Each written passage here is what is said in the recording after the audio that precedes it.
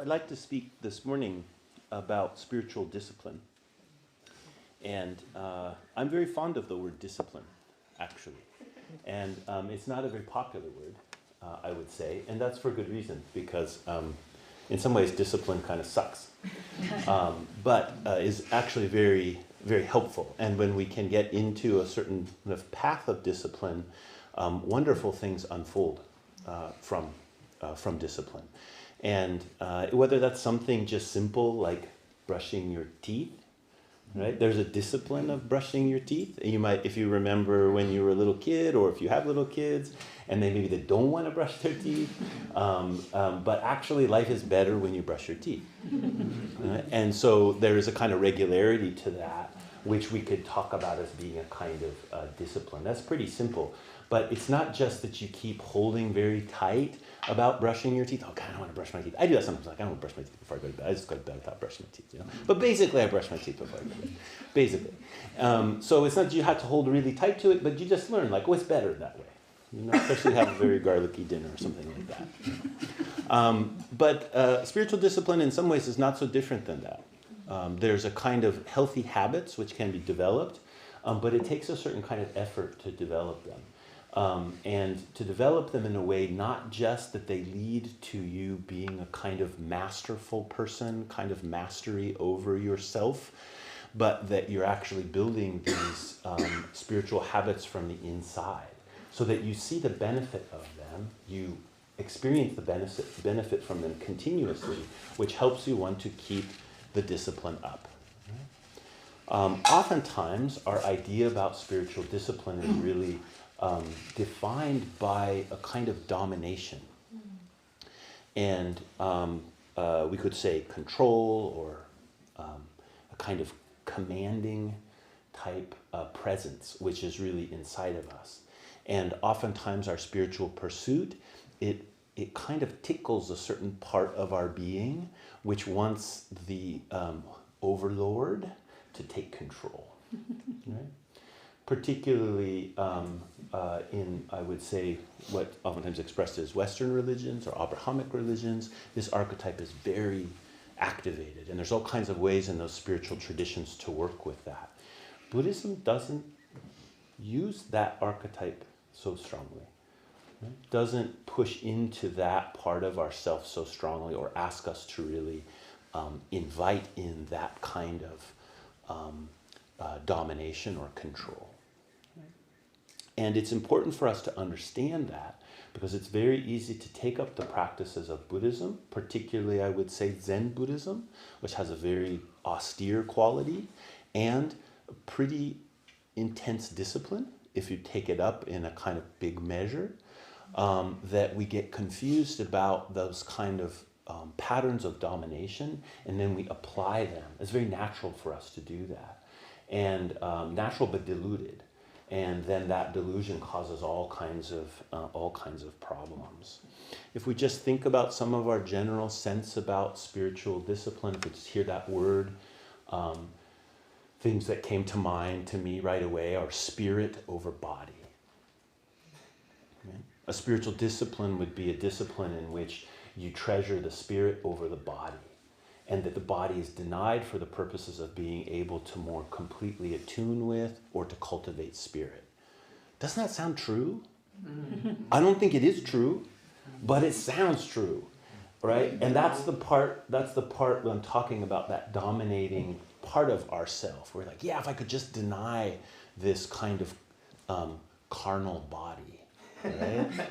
If I could just deny that, if I could get just past my intense desire to eat certain things and to mate with certain beings and all this sort of stuff, then that would be the real spiritual me, right? So that runs really deep. Right? Another one is something like intentionality, or intention over habit. This is closer for Buddhists because we work so much with habit energy and how it is that we overturn it. But if we think about this as a dominating kind of program, which our intention is going to take control, and all these bad habits we have are going to be crushed by our intention, that's another kind of facet of that domination spirit. Another really strong one is inspiration over practical living. Now, this is rampant right now. I think mostly because we have so much. We have a possibility to think like, oh, I should live through my inspiration. I'm really inspired to do X, Y, or Z. This is what my life would really be if I was really doing what I want to do. Not getting up and going to work or doing the dishes or taking care of the kids or whatever it is. And so we think if I could just rise above with this inspired part of myself, also very related to spirit, that then the practical stuff we could just minimize or we could get rid of it. You notice in this kind of dichotomy that there's a deep power relationship. That's what domination is about. And one thing that's interesting to notice in it is, where do you locate yourself? Once things are bifurcated into this domination paradigm, are you the dominator or the dominated? How do you identify? Like in the moment. You will have a tendency. I, for example, as a good poster child Leo, I'm always the dominator. Basically. I don't feel the other side of like the being the dominated by. It's very rare for me. It happens sometimes. So I'm not saying that's good. That's actually a lot of problems. Okay. Especially with the retrograde. Yeah, a lot of problems. But it also, knowing that about myself helps me practice. Right? So it's good to notice that in yourself. So I'm not saying that and for some people it'll be more split. Sometimes you feel like the dominator, sometimes you feel like the dominator. For sometimes you're a person who you'll feel dominated all the time in that kind of spiritual dichotomy. So it's good to know that by yourself. Where is it? But it will always be there because it's based in power. It's based in a power kind of relationship. So what I want to say today about discipline is get sensitive about that tendency. Get sensitive about where it is that you may just be forcing yourself because you want to be good, you want to be wise, you want to be compassionate, you want to be dedicated, you want to be all these things which are really admirable. But the way to those things is not through that process of domination. In Buddhism, we would say that the discipline isn't based in power. The discipline should be a discipline of liberation. And the liberation is something which is happening all the time, everywhere. Everything is going beyond itself. Everyone is going beyond their limitations, moment after moment after moment. How do I take that as the guiding principle for spiritual maturation, as opposed to I'm going to take this idea of what I think I should be and kind of force myself into or through that mold. So we talk about this as a path of liberation. We talk about it as a path for a reason, that it's not just something which we then enforce, but it is a continually unfolding journey. And another thing I like about the image of a pathway is that the pathway, for it to be a path, has to include the whole. If you think about a path through a forest or a path up into the mountain, you don't get any path without the forest. There's no path without the mountain. Those are all what make the path the path. So you're not just doing something to try to create this particular shape called the path. If you just have the path and you got rid of the forest or the mountain or the desert or whatever the path was, there's no path. Right?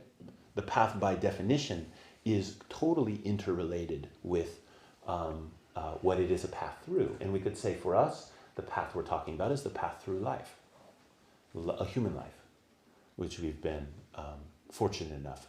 Sometimes it doesn't always seem that way, but Buddhism says very fortunate to have a human life. And so what is our way through that? What's the path through that life? It should be about the whole life, not just about trying to make myself into a certain form. Now there's a real conundrum. This, by the way, is called the middle way. This is a very old term that was used by Shakyamuni Buddha and has been part of the way Buddhism has referred to the path for a long time, the middle way. And it's first when we hear the middle way, we think it's just a kind of like the middle way between extremes. That's the way it would be described. And that's a good way to understand it. Like There's a very old story about when Shakyamuni Buddha was sitting in meditation before his final enlightenment, that there was someone coming down the river. He was sitting by a river, someone coming down the river on a boat who was playing a lute. And he said that he had a kind of insight that if the string of the lute was too loose, it wouldn't produce any sound. And if the string of the lute was too tight, it would break. And this was said to be in relationship to him giving up ascetic practices. So he had been spending 6 years with a very, very tight string. Right? And he was saying, this isn't really getting me anywhere, this kind of domination mentality. But he also realized if you just loosen the string all the way up, it's not going to make any sound. Right? And that's something about the balance within our discipline. So that's a typical way that the middle way is talked about. But there's kind of this deeper conundrum in it that I'd like to present and has to do with this, this issue of domination. I titled this talk, Spiritual Discipline is Not What You Think. Now in a Zen teaching, you could just put anything in the first chunk there and then say not what you think, right? So hair is not what you think. Classic comment. Yeah, it's not what you think. Drugs aren't what you think either. Yeah, exactly. Barely a shade. Right. Nothing is what you think. Okay? And that's just a kind of central theme in our tradition, but it doesn't mean that there isn't discipline. It just means that discipline isn't the form which we've imagined it to be. Okay? It's not the object of our subject. Okay? There isn't a discipline which I can think of as the subject and then say, okay, that's what the discipline is, and then I, as the subject, am going to enact that discipline upon something like myself, which then becomes the object of the subject, even though you're the same person. Right? There's a kind of very confusing thing that we do to ourselves, to kind of objectify ourselves. Now, it could happen in the other way. We could say, Ejo said discipline's really important, and so I am going to be the object, right? I'm going to have that forced upon me. That's the right thing to do, is to be disciplined. And so now I'm going to kind of take that word and become the object of a subject, like me, which I'm very good at becoming subject, and kind of enforcing it on other people. This middle way is not that. This discipline is not that. It's about everything is alive. Everything is living. Everything is a being. Everything is a subject. And everything is living through right here. That's what I mean by that path through the woods, the path through life. All of life is living right there through that path. And that's where your discipline lives. Okay? It's very different than just inspiration over practical reality. Right? It has to do with inspiration. When you get nestled down in there and you're like, oh, I had to get kind of serious. This whole living thing is not just a game.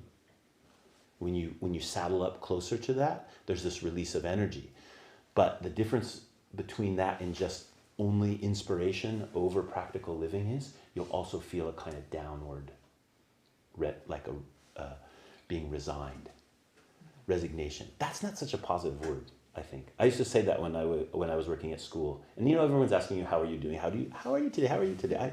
It's just like, it's nice, we want to take care of each other. But I took up this habit of saying, I'm resigned to my fate.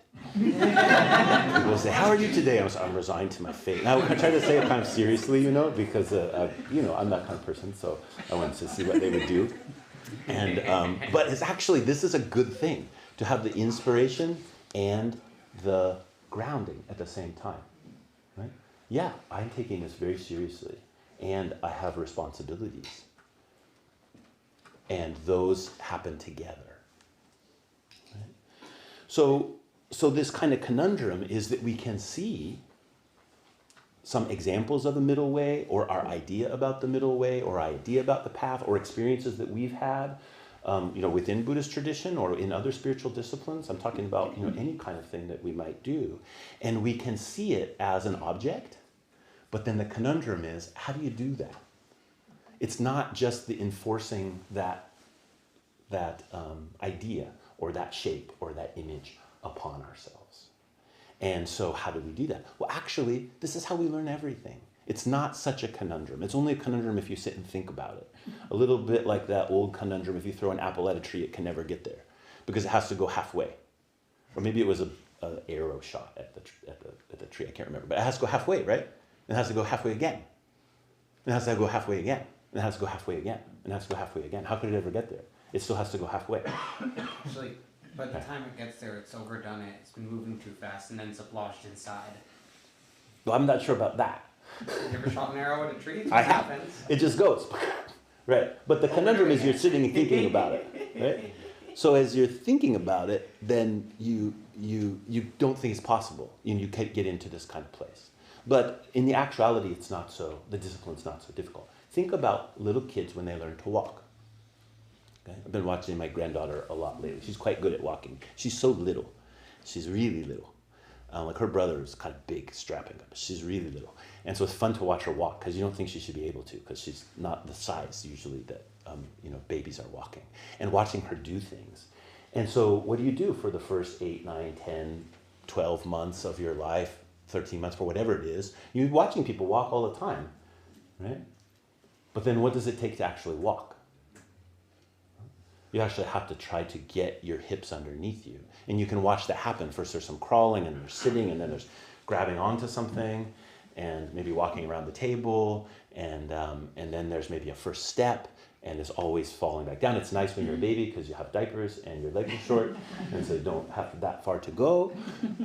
So that's all good, right? And then you're feeling for the balance. You can't just impose walking. Walking has to be this very intricate relationship with gravity and bone and flesh and semicircular canals that have fluid in them that tell you what your balance is, or the different ways you're moving. There's this whole symphony of being that's happening, which this learning to walk is about. Another example of it is language. Either when you first learn to speak your native language or you learn another language. You hear someone speaking, I really love Spanish. I don't speak Spanish, but I love to listen to Spanish, especially Mexican Spanish. There's a certain kind of quality to it that's really, I just find so beautiful. I love the movie Pan's Labyrinth. And if you've ever watched that, the way that the faun speaks, I'll just go turn on that movie and listen to him speak a little bit because I like it so much. Don't speak Spanish. I have an idea about Spanish, right? I have an experience of Spanish. I'm even inspired by it. Now, if I want to learn it, the discipline that it takes is I have to actually enter into a world I don't know. And then I have to use the gravity of that situation, okay, to play on what I was talking about before with walking.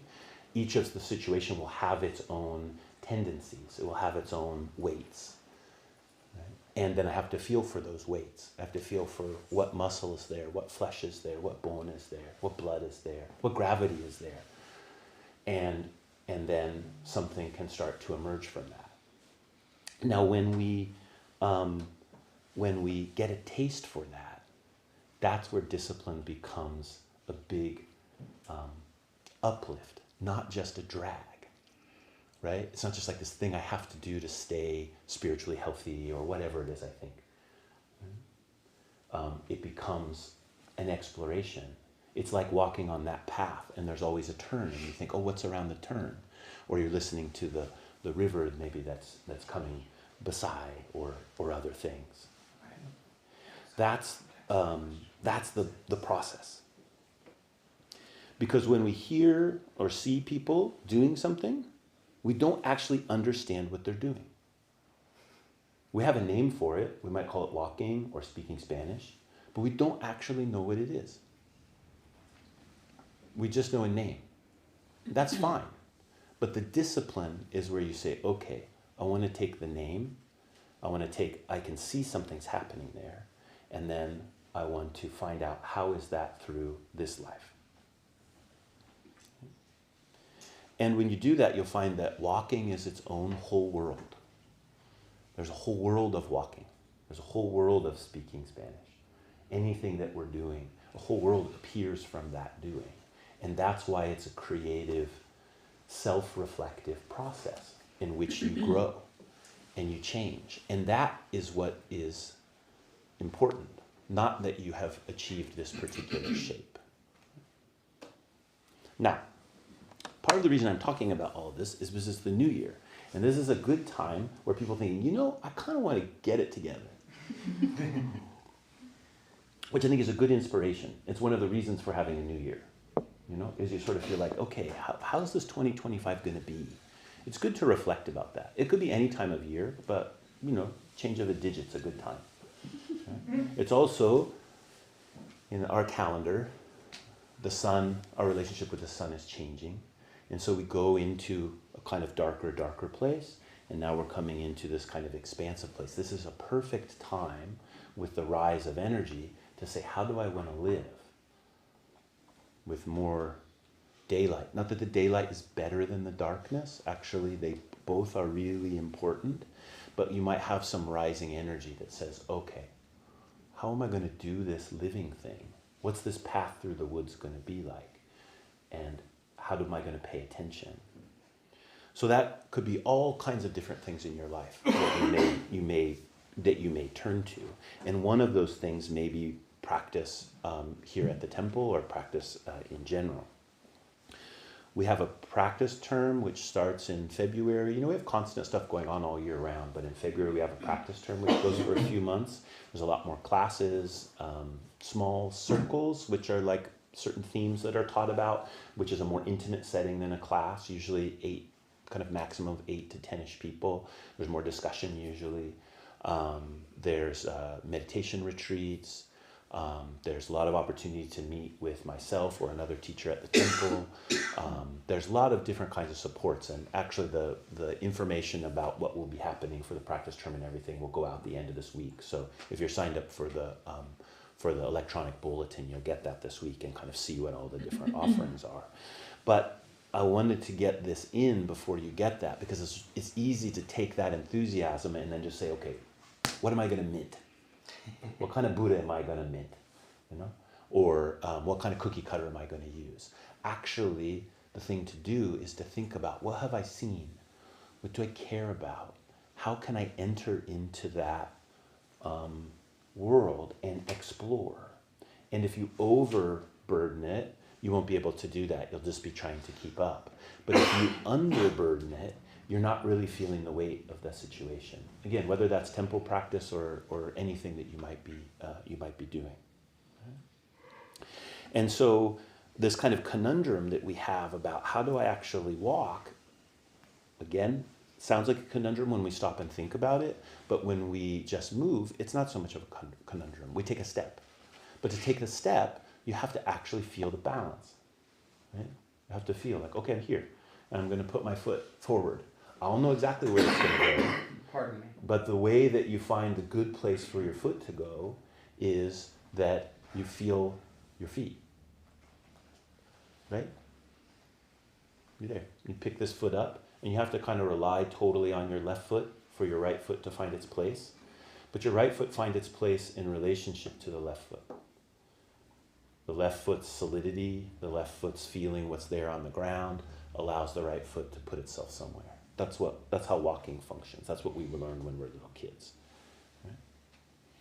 So I think the way I want to encourage you about this conundrum is don't think too much about it, but feel more about it. And feel like, what is the quality of, I'm going to take a step, I'm going to move forward. What is there? What do I want to attend to? How can I care for it? And then as you enter into whatever the world of that is, now you have study. You have a discipline which calls you back to something that you've decided to do on a day-to-day basis or a week-to-week basis, etc. And then something can grow from there. In classical Buddhism, the path is the Sanskrit term is marga. So most people have heard of the Four Noble Truths. This is really the first teaching of Shakyamuni Buddha, which he gave to his comrades who he was in ascetic practice with. When he went back to teach them, this is what he taught. That there is suffering, there's a cause of suffering, there's an end of suffering, and there's a path to the end of suffering. Yeah, that's one way to say it anyway. This last one, the path, that's what we've been talking about today. Marga. Now that path, the most traditional way it was talked about in Buddhism, is the Eightfold Path. You probably heard about it before. And the symbol of Buddhism, if you see like interfaith things and they have the symbols of different Buddhism, of different religions, Buddhism's what? It's a kind of wheel that has 8 spokes. Right? That wheel is the wheel of the Eightfold Path. Right?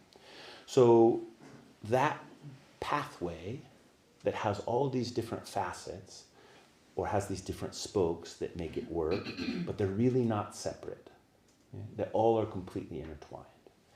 Now, one way that people talk about it is the Eightfold Path, but sometimes that was reduced into 3 sections. The first section is the section of wisdom, or prajna, understanding. How do we see the world? It's not just how much stuff is stuffed in how much information is stuffed in our head, but what is the way that we see the world? It has to do with how we think about it, has to do with our assumptions, has to do with patterns of engaging with ideas, people, things, etc. So that's one facet. Another facet of the path is how you live. Okay, that's referred to as sila. Sometimes we talk about that as ethics. Okay? How do I live? How do I see? How do I live? And then the third one is, what state are you in? That's referred to as samadhi, sometimes translated as concentration, but has a more general meaning too. How are you? Resigned to your fate. How are you? Not like, are you feeling good, are you feeling bad, but how are you? What is your being like? Intense nerve pain. Oh, this is fun. So, how are you? How do you see? Yeah. You're seeing, how are you thinking about things? How are you perceiving things? And then, how do you live? So Buddhism says that those 3 things. We have to take care of all of them. It's no good just meditating yourself into oblivion, right? Meditation's important. That usually falls more in the concentration side. To sit and know, how am I? That's cultivation of samadhi. But that should also be about how you live. What are the implications for when you're sitting there quietly, about the way that you treat other people, about how you accept, about how you care? It's really huge. So if your meditation's really going to be part of the path, it has to be about how you live. And if it's going to be about how you live, you can create very wonderful persona of living, right? I think this is one of the common afflictions.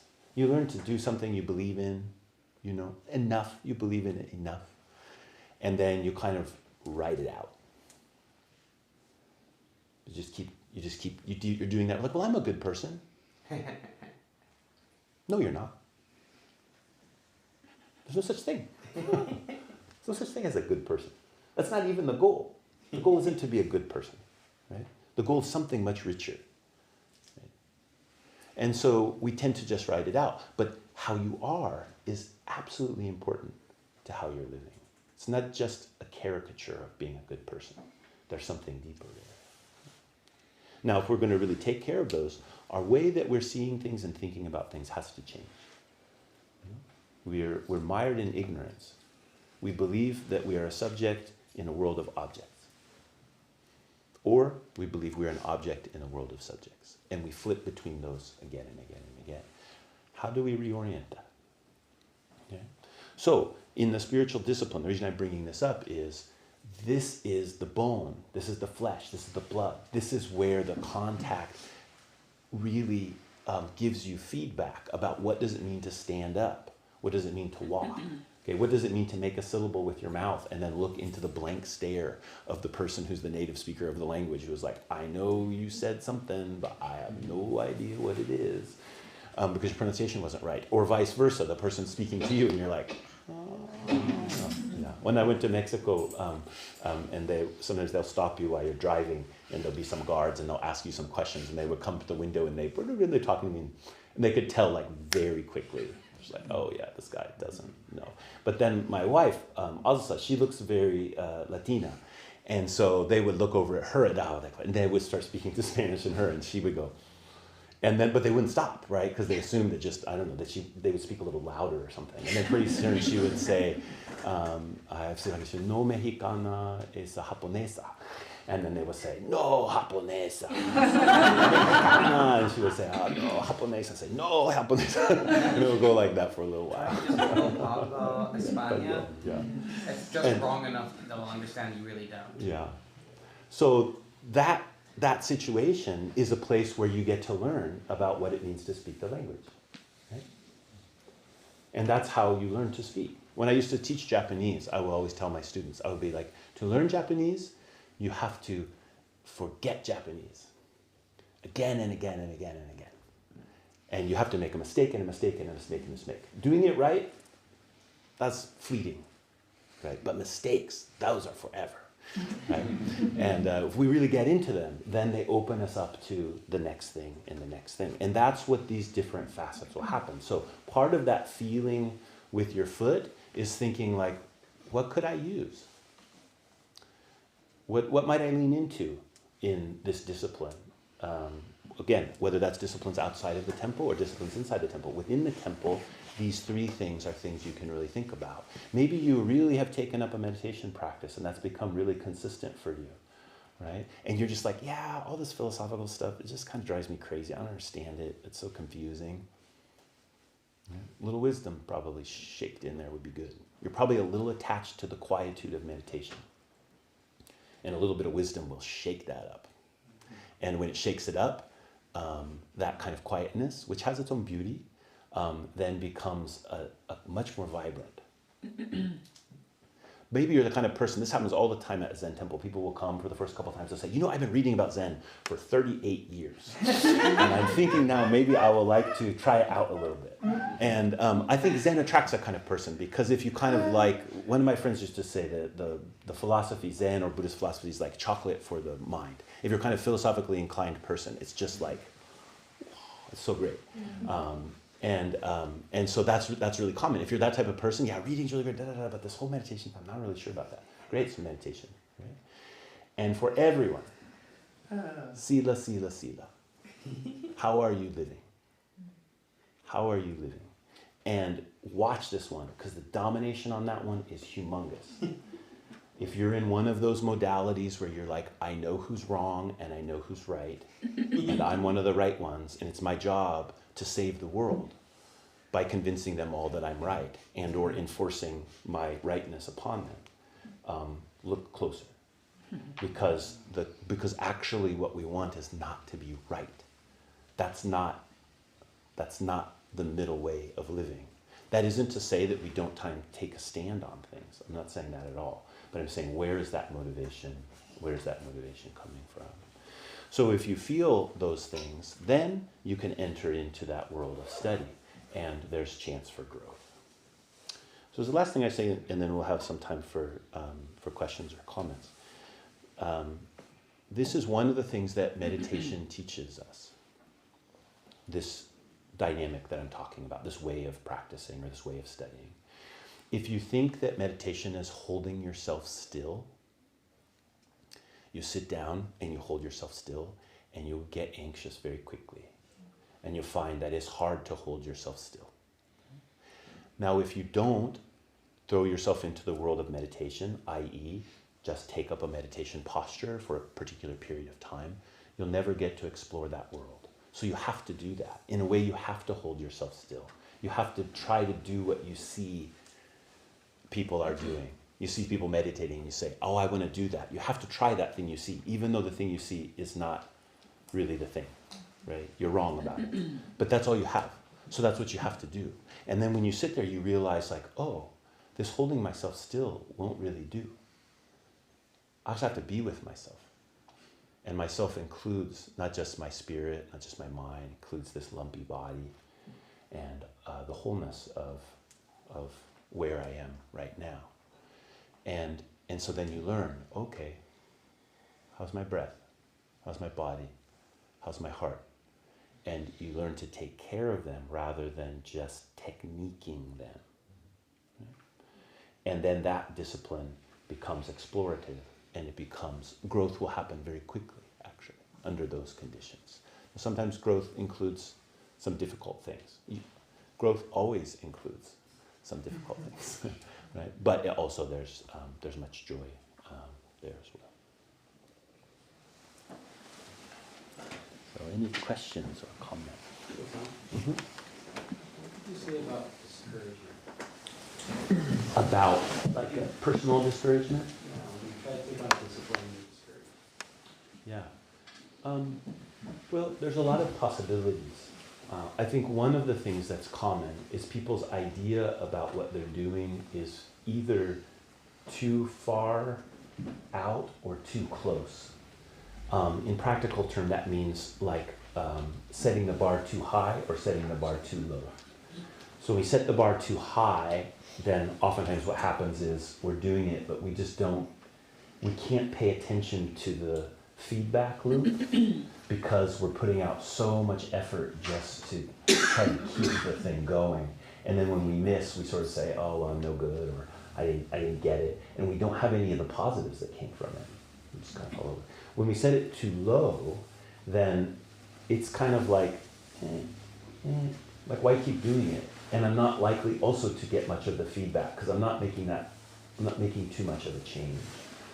So again, a place where this can really be explored in this tradition really simply is through regular meditation. So if we make a plan, I say I'm going to sit meditation for 20 minutes a day. I'm going to wake up, wash my face, brush my teeth. I'm going to sit for 20 minutes every day. We have a really clear thing, and then we've got something to work with.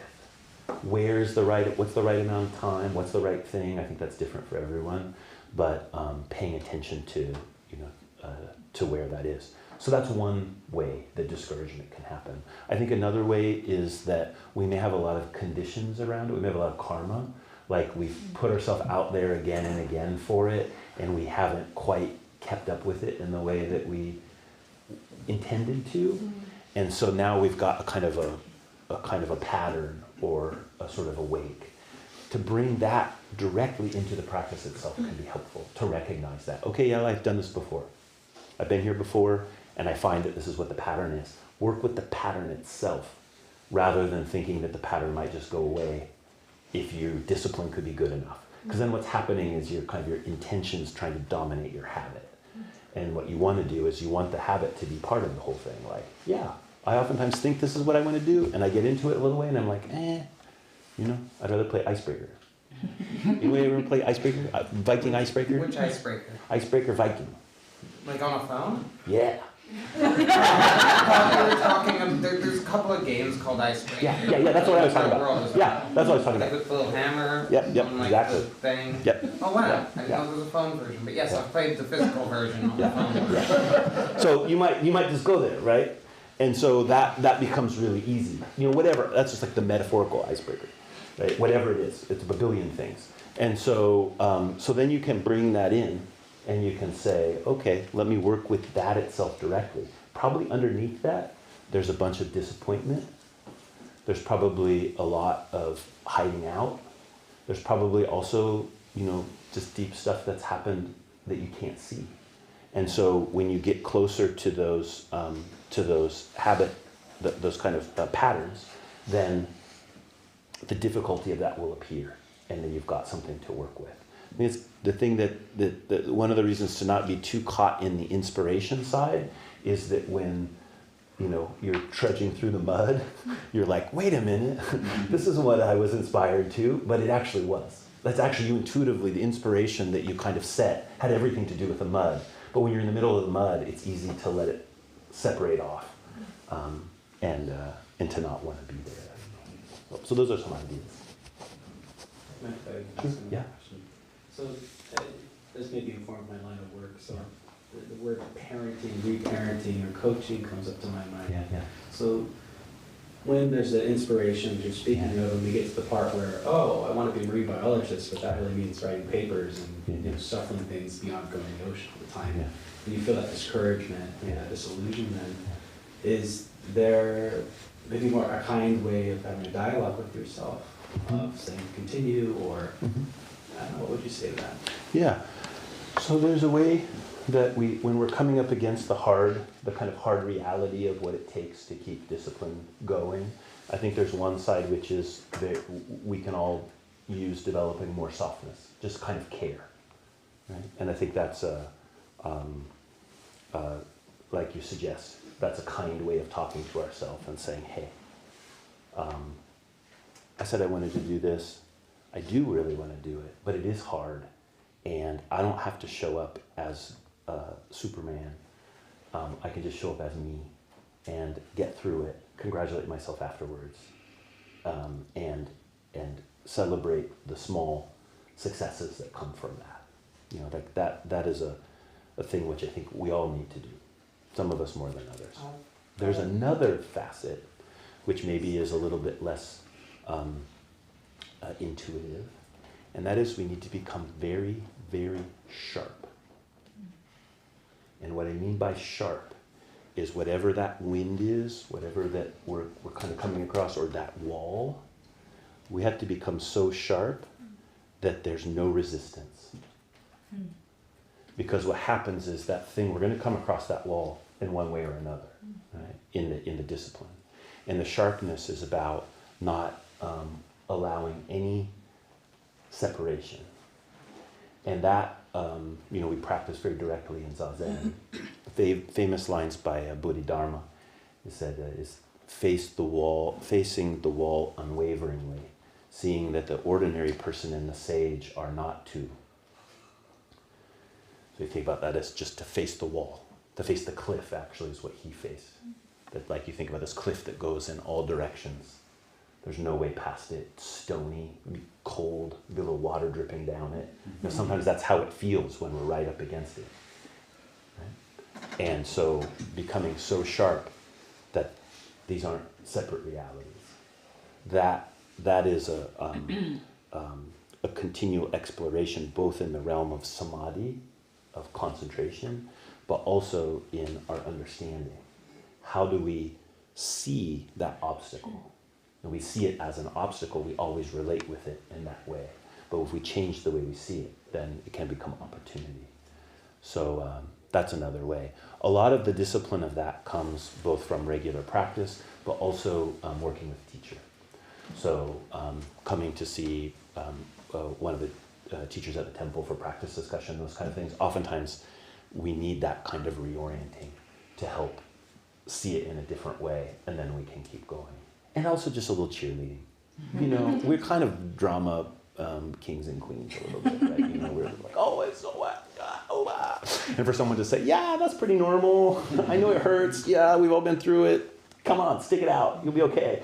It does a lot. We can kind of share that inner struggle that we have. Coming from a theater kid, your set production is excellent. Hey, Joe. I have a question.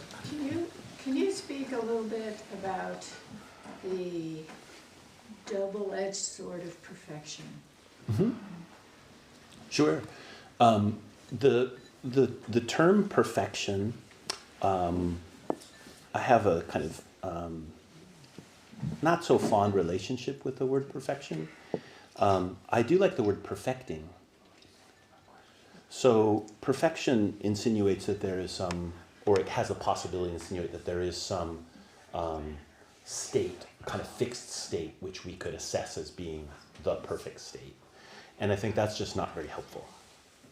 But there is a perfecting which happens, or there is a refinement, or we could say a constant learning. And so the term that we use in Buddhism, the perfections, like the 6 perfections, that term is paramita. It also means crossing over. It means to be liberated. So this pathway of liberation is about that constant perfecting. Now, what happens in our minds is most of us have, this kind of, I want to do everything right.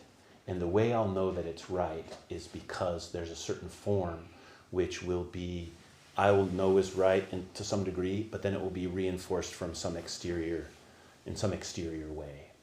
And in that kind of verification of it being correct, there's this residue. So we do something well, great. It's recognized by someone, great. Actually, not so great. It creates a problem because now you have this sort of, this pattern in your mind. I remember the first time I gave a Dharma talk at a retreat in North America, and a teacher who was very important to me, one of the founding teachers of this temple, Kyogen Carlson Roshi, he was the one who said, okay, you have to give a talk. I wasn't planning to give a talk when I went to this retreat, but he's like, oh, you have to give a talk. So I gave a talk. And then afterwards he said, oh, that was great. And I thought, oh, shit. This person who I really respect just affirmed something which I'm spending my life doing. Like I want to do it really well. And so I was very happy to receive his praise, but I just knew, I was like, oh, this is going to take me years to work with. How many years ago was this? 17. Thank Yeah, you. I yeah, was just curious. yeah. So I think 17. That's a little too perfect of an answer. So somewhere around that. So I think that's all a thing for us to be really cognizant of, is that what we don't want to do is to look to just dwell in that affirmation. But if we can learn to receive those affirmations as an affirmation of something on the path, it's part of an affirmation of a step on the path, then I think is quite healthy. But the difference between those two is holding on or letting go. Because it comes down pretty much everything to that. But when we're holding on to the affirmation, then the rigidity sets in. And then we make decisions based on that. Here, here, here, here. And then we're kind of off the point of the thing. But also, you can do things like when you learn to walk, then you can learn to walk on a balance beam. Not everyone needs to walk on a balance beam. But when you're a little kid, it's probably most kids, it's fun, right? And so that kind of perfecting, I think, is really good. You do something like another high level. You learn to, like our eldest daughter, she went to live in Chile for a couple of years, and then she really wanted to do university level work in Spanish. But that was her goal, so she did. And she went to university in Chile, and then she was studying in Spanish. So she went to this kind of higher level. Within Buddhism, that's also, it doesn't mean everyone should be able to do university level work in Spanish, or everyone should be able to walk on the balance beam. But the people who do that will know something. They can teach us something from having gone there. So I would say within Buddhism too, you feel inspired to come to a full retreat, for example, which is 4:30 to 9:30 at night meditation all day long every day for a week. That's a high bar. It's not really meant for everyone to just jump into that, but it's good for some people to do that. They can learn some things which then are helpful to everyone. And mostly what will happen is it will be good for many people at some point in their life, but it's not likely to be good for everybody for their whole life. Like walking on balance beam I did a lot of that when I was a kid. Now I don't, because I'll break myself if I fall. So, yeah. Yeah, question. Yeah. Thank you. So, I've got a pretty serious nerve condition. It's genetic, and I've been overdoing it, just trying to pull things together to live. Yeah. I've been studying Zen since I was 9 and picked up the Book of Five Rings. Uh-huh. And I've been serious about it the whole time, alongside my family's practice, which is Afro-Caribbean origin. Great. Speaking of which, sorry for snagging one of your little temple spirits for a second there. It was really up in my face. Sorry, I'm also in a lot of pain right now, so I'm losing composure. Give me a second. So I've been really overdoing it, and my support system doesn't really understand the position I'm in very well. And I've been having trouble communicating with them while in intense pain. Yeah. I'm usually very good at maintaining composure, but I'm currently in a nauseating level of pain. I've just been slowly drinking my medicine to try to keep things balanced. Sorry for bringing medicine to temple, but it is, I wanted to be able to ask questions. Yeah.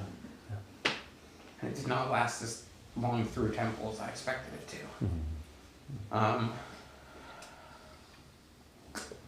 Now I cannot remember my original question. Is there a certain way your body is? Fibromyalgia, Or it's your- a nervous system oversensitivity. Yeah. Is there a certain posture of your body or of your heart that makes the pain get stronger? I am in the posture which makes it weaker right now. Great. Like I said, I've been studying this actively with full meditation, doing all the exercises since I was 9. I'm 27 now. Yeah. Thank you for asking me about the posture of my body and my heart.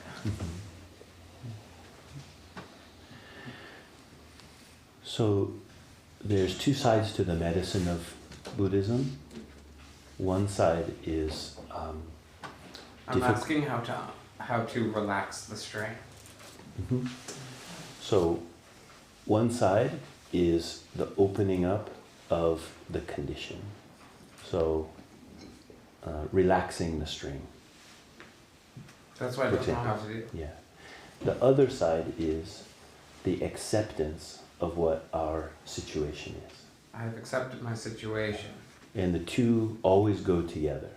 Mm-hmm.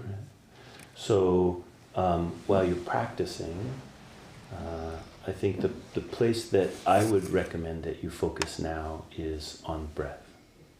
Thank you. But that is something which I've been doing all day, every day, in order to just maintain my ability to get to the point where I can eat food for the day, because my pain has been at a nausea level for a very long time. Yeah. So there's probably another level that you can explore. So when you work with your breath, how do you work with it? What do you practice? In what context? During meditation. During meditation, I do whichever breath is necessary in order to get my pain low enough that I can clear my mind completely. Yeah. But that's for sitting meditation. For Yeah, standing so- meditation or meditation with tools, Mhm. there are different breaths for each different task. Yeah. When So I'm gardening, I meditate with a different breath than if I'm sitting still. okay, when you're sitting still, what breath makes the pain get less? That would be inhaling and exhaling as slowly as possible through the nose. So on the inhale and exhale, you go as slow as possible. Mm-hmm. Yeah. Where do you feel it in your body? The pain? No, the breath. Oh, I fill my entire torso with it very slowly, and then I slowly let all of it out of my entire torso until I make a sound. What's That's the best way to reduce it. I can demonstrate if you'd like. Yeah. This might take a few minutes. Because you have to do a preliminary breath, otherwise I can't fill my whole torso right now without coughing. Leaf allergy. Just show me a basic Oh, I will. place, yeah. It just takes a second. I can't do it in this coat. It's too tight of a coat.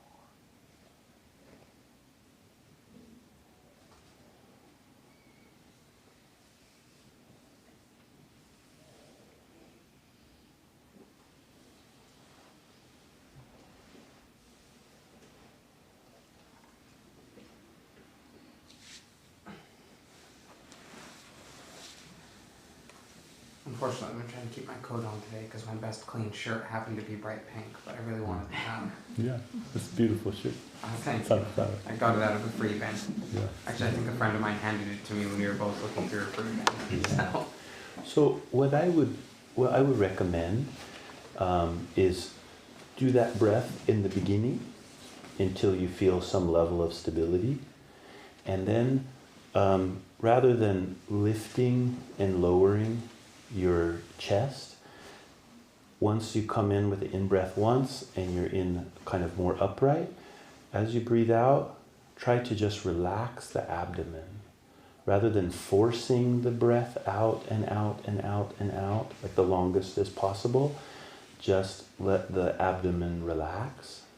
Thank you. That is exactly the guidance I needed. Yeah. And then, but you can do those preliminary few breaths to get you to that place. And then once you're there, let the relaxation happen here, and then let your arms relax too. And it's fine for them to be here or here or here. It's Anyways, much easier to do when I don't have a whole audience. Yeah, I bet it is. I bet it is. I bet it is. So But thank try you. that. You're welcome. Just the abdomen part was what I was missing. I really, really appreciate it. You're welcome. That's what I came here to ask today. So keep your eyes peeled for the practice schedule that will come out the end of this week. If you're not on the bulletin and you'd like to be, then just ask one of the greeters after we exit today. They can get you on that list. And I just to emphasize again that all of the different classes and things that are happening, they're really there for you to enter into the practice that's right for you right now. And that might be coming on Sundays. That might be a good commitment. It might be coming to a class. It might be coming to a retreat. It might be coming to see teachers.